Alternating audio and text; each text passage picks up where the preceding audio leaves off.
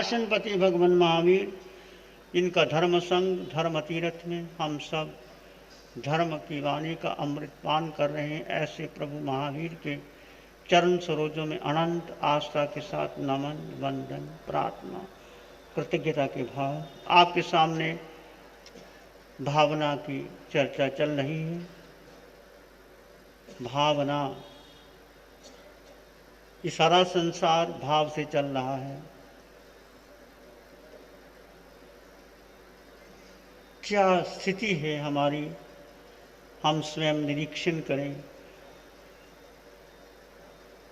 अनित्य है संसार, इसको हम नित्य मान लेते हैं। अशरण है संसार, इसको हम शरण मान लेते हैं। कोई मेरी रक्षा करेगा।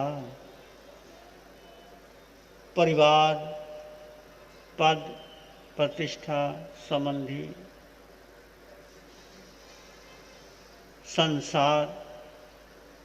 संसार का अर्थ है संसरणीयति संसारा, जो बह रहा है, प्रतिपल प्रतिक्षण परिवर्तनशील है।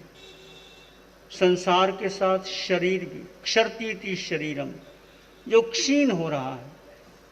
ये शरीर और संसार सदा एक जैसे नहीं रहते, बदलते रहते हैं। शरीर भी चला जाता है, व्यक्ति भी संसार से चला जाता है और मानता है कि मैं यहाँ रहूँगा। यही दुख का कारण है, मूल कारण है। भगवान महावीर की वाणी कहती है, आपने सुना था, जम दुखं जरा दुखं रोगय मरणानीय और दुखो ही संसार जत की संति जंतु। मनुष्य जानता भी है, चिंतन भी करता है, विचार भी करता है। जन्म का दुख, बुढ़ापे का दुख, बीमारी का दुख, मरण का दुख, परंतु वो विषयों से विरक्त नहीं हो पाता। कारण क्या है?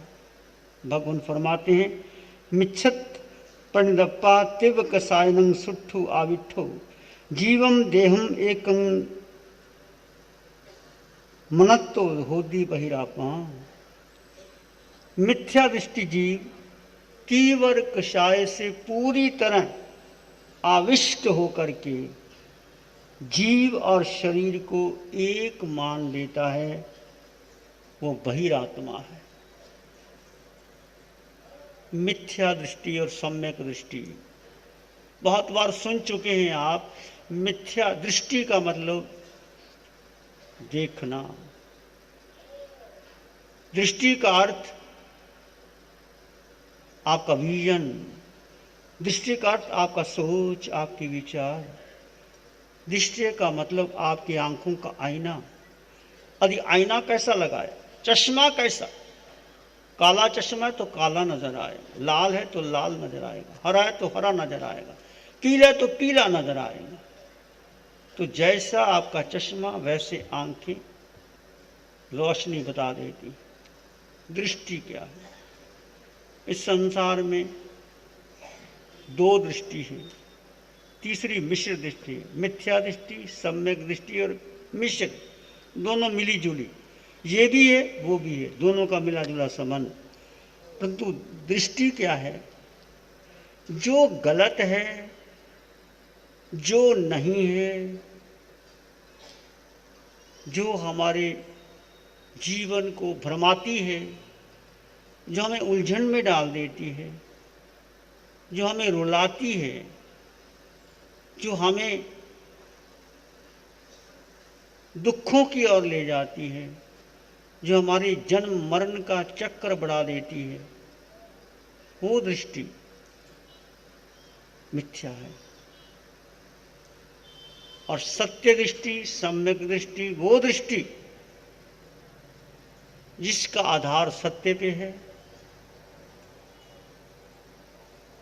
जिसका आधार की तुला आपके जीवन से है, जो है जैसा है उसको वैसा जानता है, मानता है, स्वीकार करता है, आचरण करता है। मिथ्या दृष्टि जीव अनादि काल से मैंने और आप में मिथ्या दृष्टि के कारण अनंत काल में, अनंत योनियों में अनंत अनंत बार संबंध बने और भटके।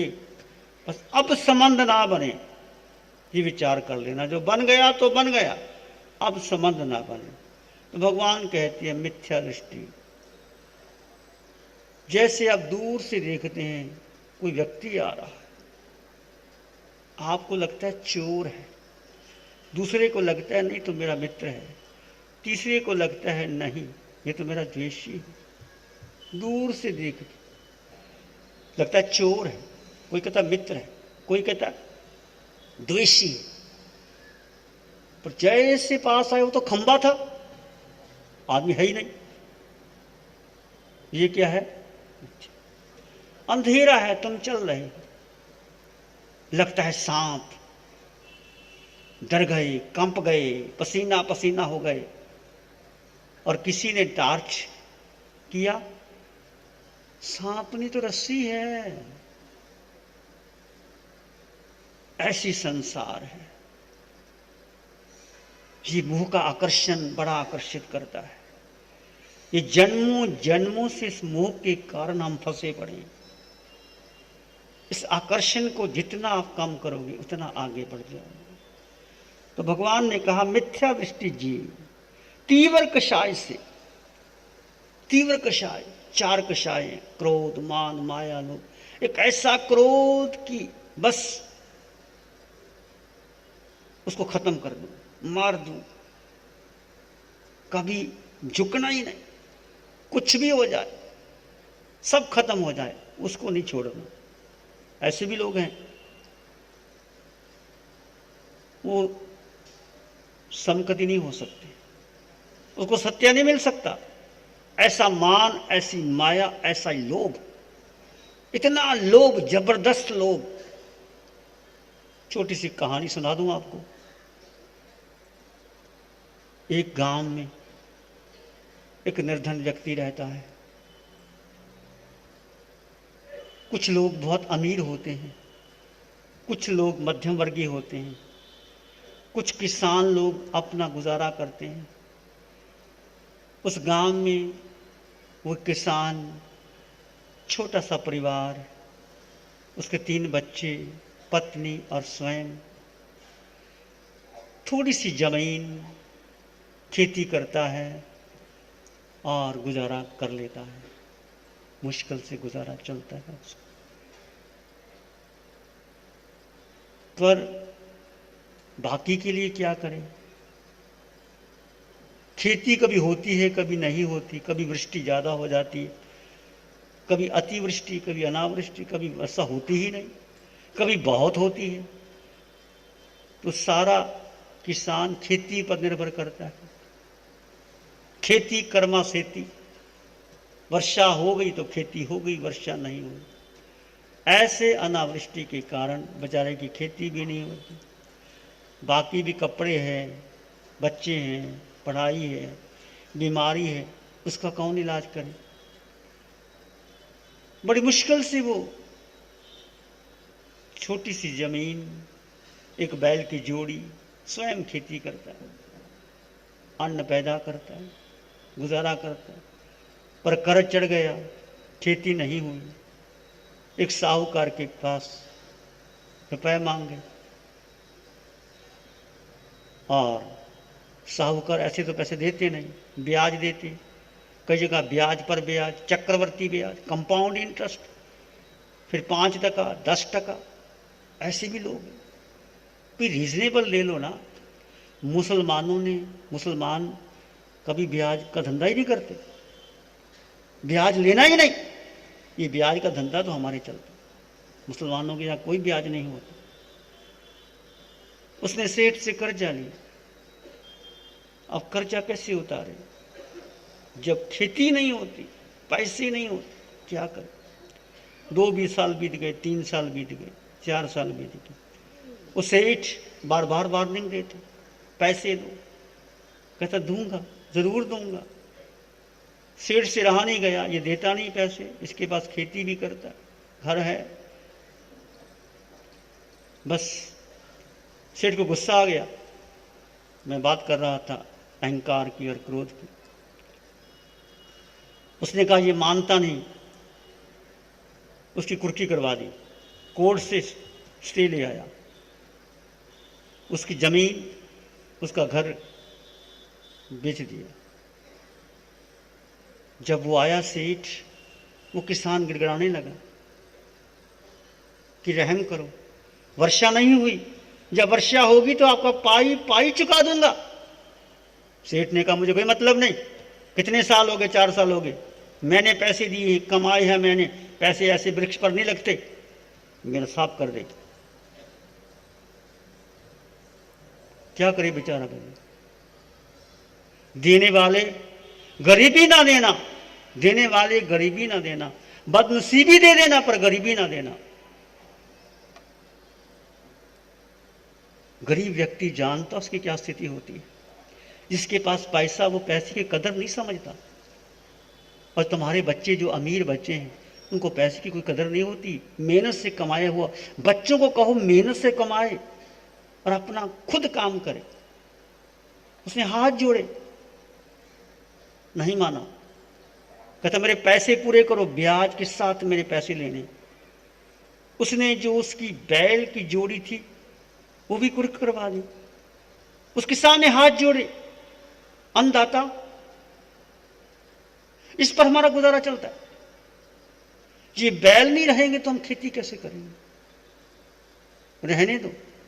नहीं, तुम्हारी जमीन तो पहले मैंने ले ली और पैसे पूरे नहीं होते तो बैल की जोड़ी भी लूंगा, और तुम्हारा अनाज भी लूंगा। अनाज भी ले लिया, बैल की जोड़ी भी ले ली और जमीन भी ले ली। उसने कहा, किसान ने कहा, कुछ नहीं है मेरे पास, बच्चे भूखे हैं, आज का भोजन भी नहीं, सारा अनाज ले गया। उसने कहा एक दिन का अनाज तो दे दो, नहीं मिलेगा, पहले पहले पैसे पूरे कर। सब ले गया। वो किसान रोता है, गिड़गिड़ाता है, उस सेठ के कोठी तक जाता है। सेठ को गुस्सा आया, नौकरों को बुला करके इसको पिटवाया और धक्के दे के बाहर निकाल दिया। जाओ ले चलो, पैसे मुफ्त में नहीं दिए जाते, कितनी बार वार्निंग दे चुका हूं, तुम देते नहीं। क्या दिशा होगी सोचो कभी। 3 बच्चे हैं, भूखे हैं, जमीन बिक गई, अनाज चला गया, बैल की जोड़ी भी चली गई, और आज खाने के लिए, बनाने की रोटी के लिए अन्न भी नहीं। वो गिड़गिड़ाता है, हाथ जोड़ता है, सेठ जी कुछ रहम तो करो, मैं दे दूंगा, चुका दूंगा। नहीं, नौकर को करके धक्के दे के बाहर निकाल दिया। वो गिर गया, पत्थर पर चोट लगी, दांत टूट गया, घर वापस आया। जितना चोट से दर्द नहीं हुआ, दिल को दर्द हुआ। ये जिंदगी है, जीना बेकार है। चोट लगी, सदमा पहुंचा, घर आया, कौन इलाज कराए? किसी डॉक्टर को बुलाए, कौन डॉक्टर आएगा, कौन दवा देगा? जब धनराज ही नहीं है तो सब चीज पैसे से तोली जाती है। इस संसार में पत्नी के पास कुछ नहीं, बच्चे भूखे हैं। इमेजिन करो क्या स्थिति होगी। सेठ तो आराम से ले गया पैसे, अपना घर पूरा कर लिया।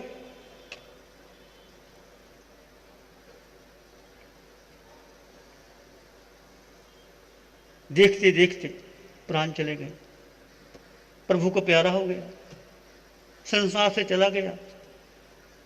पत्नी रोती है, बच्चे रोते, एक अन्न के लिए वो नहीं मिलता।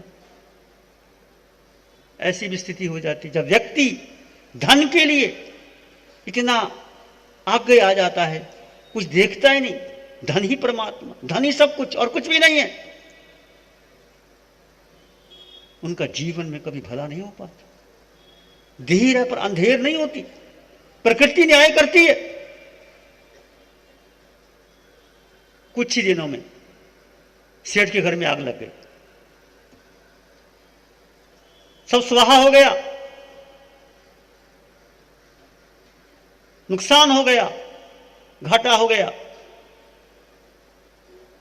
बेटी किसी और की तरफ चली गई, बेटा कहीं और चला गया,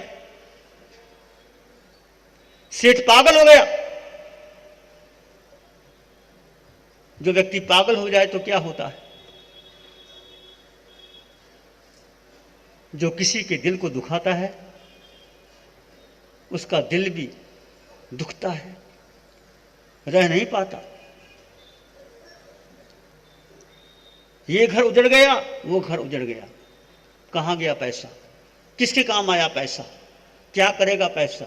उसकी जमीन, उसकी बैलों की जोड़ी, उसका कमाया हुआ धन चला गया।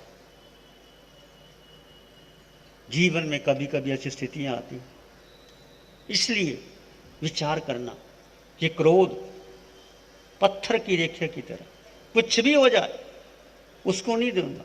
सेठ कुछ रहम कर लेता, चलो गरीब आदमी है, किसान है, खेती नहीं हुई, आज नहीं कल देगा, वो हाथ जोड़ रहा है, प्रार्थना कर रहा है,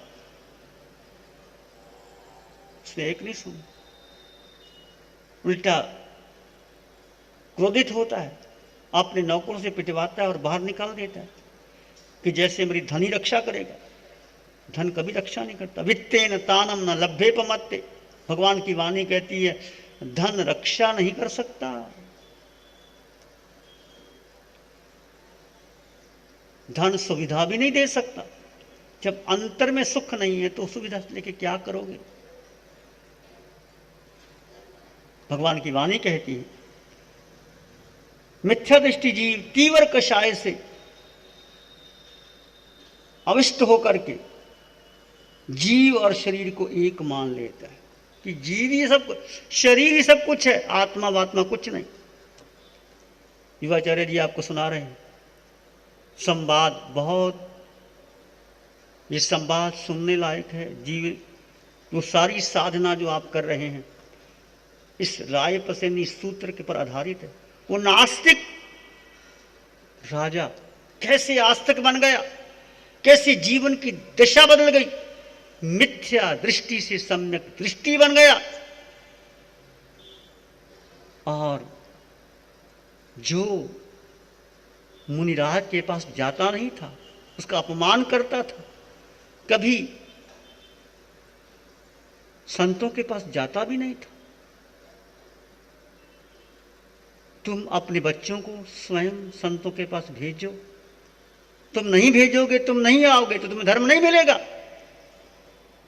धर्म इस कारण से मिलता है कि तुम कोई भी तुम्हारे रास्ते में मुनिराज आते हैं उनको नमन करो, वंदन करो, साता पूछो, उनको आहार पानी की गवेषणा करवाओ। संत स्थानक में आए, मंदिर में आए, कुशल क्षेम पूछो, चर्चा करो, घर में आए उनको नमन करो, वंदन करो, उनको लेने जाओ, उनको छोड़ने जाओ। तुम्हें बहुत लाभ है। तुमने गोचरी दी, उनको साता पहुंचाई और तुम्हारी आत्मा को साता पहुंचेगी, तुम्हारे कर्म कट जाएंगे, तुम्हें सत्य की राह मिल जाएगी।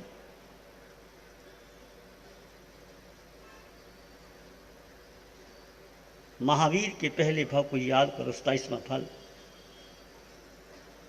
क्या दिया था महावीर? एक साधु को आहार दिया था। आहार दान, औषध दान, 9 प्रकार के पुण्य से तुम धन कमा सकते हो। यदि दृष्टि उल्टा तो कुछ भी समझा दो, घड़ा उल्टा है, कितनी ही वर्षा पड़ती रहे असर होता है कोई? आपने देखा है पहाड़ खाली रह जाते हैं और नदी नाले भर जाते हैं क्योंकि सारी वर्षा ऊपर से नीचे आती। यदि घड़े में गंदगी भरी है तो वर्षा कैसे आएगी? पात्र को खाली करो, घड़े को सीधा कर दो। तो क्या कहा? जो जीव और शरीर को एक मानते हो वही आत्मा है। वही आत्मा, अंतरात्मा और परमात्मा, आत्मा के 3 रूप। वही आत्मा जो सारे संसार में बाहर ही देखता है, उसकी आंखें बाहर का दृश्य देखती है। आप घूमने क्यों जाते हो? आप सिनेमा क्यों जाते हो? आप टीवी क्यों देखते हो? आप घर में टीवी क्यों लगाते हो? मैं पूछूं आपसे, किसका आकर्षण है? क्या सुनते हो? ये आंखों और कानों का आकर्षण है। ये आंखों के सामने चित्र आते हैं, बड़े लुभावने लगते हैं, और 3-3 घंटे निकाल देते हो। और 3 घंटे प्रवचन में आना हो, ध्यान करना हो, नहीं समय मिलता। ये आंखों का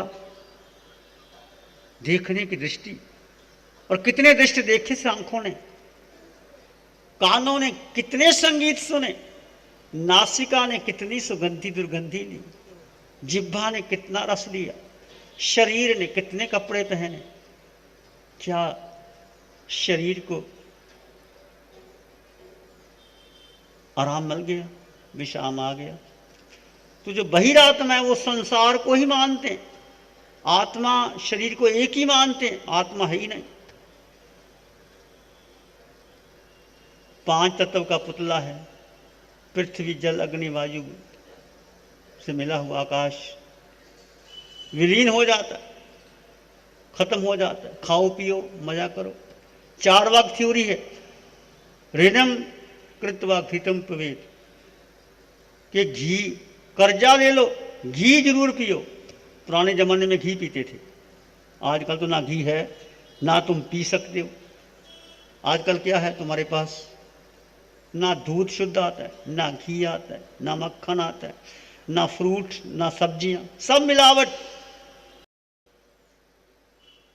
इसलिए कहने का अर्थ कि जीवन को देखो, जो वही आत्मा है। जब तुम वासना से बाहर बह जाते हो, तुम्हारी 5 इंद्रियों की वासना कामना बाहर जाती है, ये बहिरात्मा। हम सब बहिरात्मा होकर के अनादिकाल से भटक रहे हैं। अब बहिरात्मा से छोड़ करके कहाँ जाओ? अंतरात्मा जाओ। अंतरात्मा का मतलब क्या?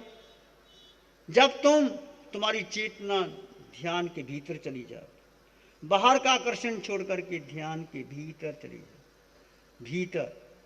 भीतर चली जाए। कठिन है, आसान नहीं। प्रयास करोगे तो अवश्य मिलेगा। मनुष्य के पास शक्ति है, बहुत शक्तियां हैं, पावर है, चैतन्य के पास समृद्धि है। पर प्रयोग करोगे तो सब कुछ मिलेगा, प्रयोग नहीं करोगे तो नहीं मिलेगा। हमारा प्रयोग, हमारी दृष्टि, हमारा पुरुषार्थ कहां जाता है? ये देखिए हमारा पुरुषार्थ कहां जा रहा है। वो सब निष्फल हो रहा है। पहली बात तो मिथ्या दृष्टि से सम्यक दृष्टि में आ जाओ। सत्य क्या है उसको पहचानो। सत्य यही है कि शरीर और आत्मा अलग अलग है। देह में रहती हुई भी आत्मा देह से अलग है। आत्मा देह में रहता हुआ भी, देह के साथ रहता हुआ भी देह से भिन्न है, और देह आत्मा से भिन्न है। देह का उपयोग किया जा सकता है कर्म मल को निर्जित करने के लिए, और जिन्होंने देह का उपयोग किया है वो सब चले गए। यदि देह का उपयोग नहीं किया तो संसार दुख में हो जाता है। दुख में सब संसार है, राजा राणा राम। दुख में सब संसार है, राजा राणा राम। इंद्र चंद्र सब ही दुखी, सुख का कोई न ढंग। इंद्र चंद्र सब ही दुखी, सुख का कोई न ढंग। राजा राणा इंद्र सब दुखी, क्योंकि दृष्टि ही नहीं, मिथ्या दृष्टि है। इंद्रियां बहिर्मुखी हैं, मन बहिर्मुखी है, और जिन्होंने अपनी इंद्रियों को भीतर ले लिया उसका जीवन बदल गया।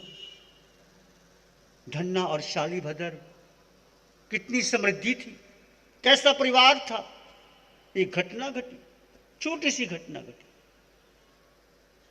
धन्ना को स्नान करा रही, 8 सुभद्रा उसकी पत्नी स्नान करा रही। पहले जमाने में पत्नी पति को स्नान कराती थी, आजकल तो कोई कराती नहीं, कि कराती है? कोई नहीं कराती। शास्त्र में जिक्र आता है कि सुभद्रा धन्ना को स्नान करा रही थी। स्नान कराते कराते आंखों में आंसू आ गए।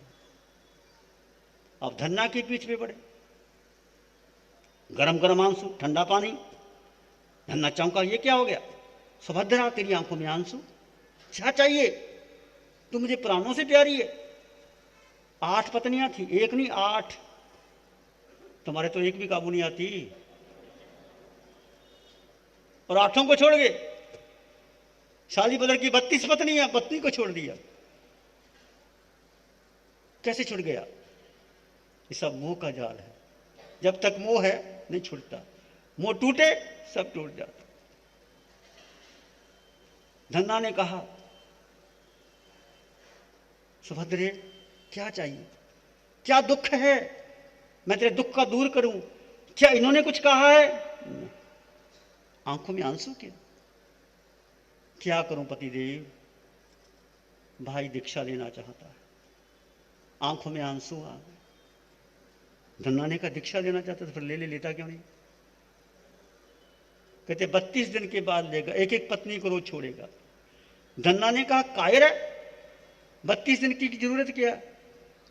अब बहन को चोट लगी, भाई बहन भाई की बात बर्दाश्त नहीं कर सकती, चाहे पति हो कोई भी हो। बहन ने कह दिया, कहना आसान है, करना बड़ा मुश्किल। धन्ना खड़ा हो गया, स्नान करते करते खड़ा हो गया। बस स्नान हो गया। सुभद्रा ने कहा, गलती हो गई, क्षमा कर दो। मैं तो मजाक में कहा था, नहीं मुझे क्षमा कर दो। धन्ना क्या कहते हैं, सुभद्रा अब तू मेरी पत्नी नहीं है, तू मेरी गुरनी है। क्या माना? तुम्हारा भी झगड़ा होता होगा पति पत्नी का, होता तो जरूर होगा, ऐसी बात नहीं है। हमें सब पता चल जाता है क्या होता क्या नहीं होता। तुम्हें तो वैराग नहीं आता। झगड़ा हुआ, झगड़ा भी क्या, छोटी सी बात। पतिदेव कहना आसान है, भाई की चोट बहन सहन नहीं करती। एक बहन को दोनों तरफ निभाना पड़ता है, मायका और ससुराल, दो पक्ष को लेकर। सरिता की तरह होती है नारी की जिंदगी, दोनों पक्ष, पितृपक्ष और मातृपक्ष, दोनों को साथ लेके चलते। अपने भाई की, अपने पिता की, मां की इज्जत बरकरार रखती है, ससुराल को भी संभालती है, मायके को भी संभालती है। ये भारत की नारी की विशेषता है। बहन का बहुत बड़ा उत्तरदायित्व होता है। धन्ना ने कहा, नहीं, बस उठ गया तो उठ गया, मुझे क्षमा कर दो, मैं तो ऐसे कहा। धन्ना क्या बोलता है, सुभद्रे तू मेरी गुरनी है, जगा दिया। मैं मोह के कीचड़ में फंसा पड़ा था, मुझे अधिकार क्या था कहने का? वो जाएगा तो जाएगा, मुझे भी जाना चाहिए। धन्ना को रोकना नहीं चाह, 8 पत्नियां रोकना चाह, हमारी तो कोई गलती नहीं, साथ कहती गलती किसी की नहीं। मैं मोह में फंसा हुआ था, मुझे जगा दिया। धन्ना उठ गया, बहुत प्रयास किया, नहीं हुआ। ऐसा उच्च कोटि का संयम पाल, शालीभद्र दीक्षा हो गई, दोनों ही कहां चले गए। धन्ना मोक्ष चला गया, शालीभद्र 26वें देवलोक में चला गया। कितनी समृद्धि! ये है जीवन की स्थिति। धन्ना शालीभद्र जी जानियो अस्थिर संसार। धन्ना शालीभद्र जी जानियो अस्थिर संसार। मतवाला उठ चालिया वीर प्रभु के द्वार। मतवाला उठ चालिया वीर प्रभु के द्वार। सत्य घटना है, शास्त्र की घटना है। 8 पत्नियां, एक बार भी देखा नहीं, चले गए तो चले गए। शालीभद्र की रिद्धि सिद्धि, 32 पत्नियां, स्वर्ग से उसके पिता देव बन गए थे, बेटियां भेजे थे, कोई कमी नहीं थी, दुख देखा ही नहीं था। राजा श्रेणी का देखने आए और पीठ पर हाथ लगा, उसको बड़ी गर्मी महसूस हुई, हाथ कंकर की तरह लगा। शालीभद्र बहुत सुकोमल था। ये कौन है? मां से पूछे। ये राजा है आपके ऊपर, ये नाथ, मेरे नाथ, मुझे नहीं रहना यहां। बस बहुत मनवाया, नहीं माना। ऐसे भी हमारे यहाँ उदाहरण है कि जब दृष्टि बदलती है जीवन बदल जाता है, सब कुछ यही रह जाता है। आप और हम जीवन की दृष्टि को बदलें, अपने जीवन को उत्तम बनाएं। फिर चर्चा करेंगे। शांत शांत शांत, सिर के सिरे से पांव के अंगूठे तक अपने भीतर शुद्ध चेतना का एहसास कीजिए। तुम केवल आत्मा हो, आत्मा।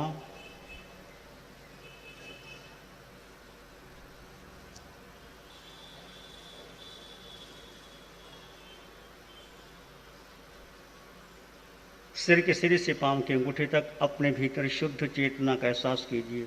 तुम केवल आत्मा हो, केवल आत्मा हो।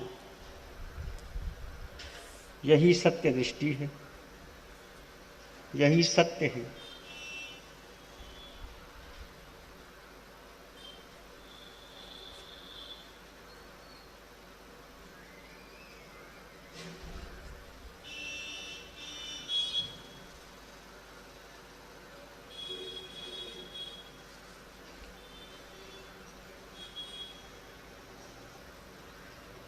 एक शरणी है धारा की, और शरणी नहीं कोई। सत्य वचन के तेज से जन जन मंगल होए, सबका मंगल होए, तेरा मंगल होए। सबका भला हो, सबका मंगल हो, सबका शुभ हो। इसी में एक लंबा गहरा श्वास लें। अरिहंत परमात्मा के चरणों में अनंत कृतज्ञता ज्ञापित करें। एक और लंबा गहरा श्वास। अरिहंत परमात्मा के चरणों में नमन और वंदन। दोनों हाथों को आंखों पे ले जाएं, हल्का सा स्पर्श, धीरे से आंखें खोल दें। नमो अरिहंताणं, नमो सिद्धाणं, नमो आर्याणं, नमो अवजयणं, नमो लोय सब सावनं, धम्मो मंगल मुकिटम, अहिंसा संयमो तव देवावित्तं नमं शांति जस धम्म श्यामनं। श्री चत्तारी मंगलम, अरहंता मंगलम, सिद्धा मंगलम, साहु मंगलम, केवली बाणत्तो धम्मो मंगलम। चत्तारी लोग उत्तमा, अरहंता लोग उत्तमा, सिद्धा लोग उत्तमा, साहु लोग उत्तमा, केवली पाणत्तो धम्मो लोग उत्तमो। चत्तारी शरणं प्रवज्जामि, अरहन्ते शरणं प्रवज्जामि, सिद्धे शरणं प्रवज्जामि, साहु शरणं केवली पाणत्तं धम्मं शरणं। चार शरण दुख हरण जगत में, और न शरणा कोई होगा। जो